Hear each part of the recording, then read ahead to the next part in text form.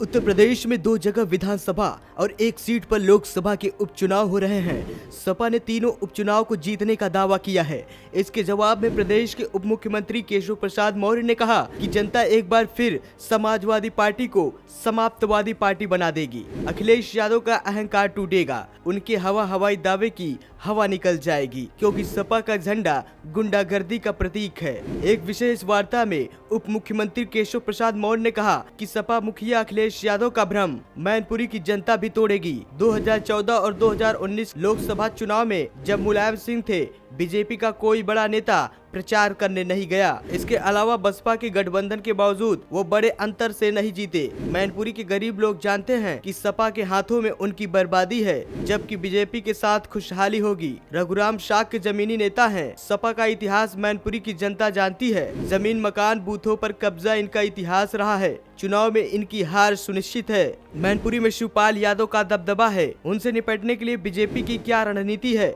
इस सवाल पर केशव प्रसाद मौर्य ने कहा कि शिवपाल जब से राजनीति में आए हैं तब से बीजेपी के विरोधी रहे हैं। उनके विरोध के बाद बीजेपी चुनाव जीतती रही है, सरकार बनाती रही है। सपा का युग खत्म हो गया। मुलायम सिंह जैसे क्वालिटी अब उनके परिवार में किसी सदस्य के पास नहीं है। सपा के तमाम वरिष्ठ नेता जब उनसे मिलने जाते हैं तो 3-4 घंटे में बिना मिले चले आते हैं। यह चरित्र कोई राजनीतिक कार्यकर्ता बर्दाश्त नहीं करेगा। यह पूछने पर अभी हाल के गोला उपचुनाव में मुस्लिमों के कुछ बूथों पर बीजेपी को बढ़त मिली है। उप मुख्यमंत्री केशव प्रसाद ने कहा कि यदुवंशी हो या मुस्लिम, सबको पता है कि सपा झूठ बोलती है। उन्होंने ना तो मुस्लिमों का विकास किया, ना ही यदुवंशियों का। उन्होंने सिर्फ अपने परिवार का ही विकास किया। हिंदू को कोई मुस्लिम से लड़ाने से वोट नहीं मिलते। वह यादव और मुस्लिम को अपना बंधुता वोट बैंक समझते हैं। वह अब जाग गया है, पहचान गया है, इसलिए बीजेपी को वोट दे रहा है। इसलिए सपा धीरे धीरे खत्म हो रही है। एक दूसरे सवाल के जवाब में केशव प्रसाद मौर्य ने कहा कि 1995 का गेस्ट हाउस कांड अभी तक कोई भूला नहीं है। एक दलित बेटी का अपमान सपा ने किया, बीजेपी ने लड़ाई लड़ी। इससे बीजेपी के प्रति लोगों का भरोसा बढ़ा है।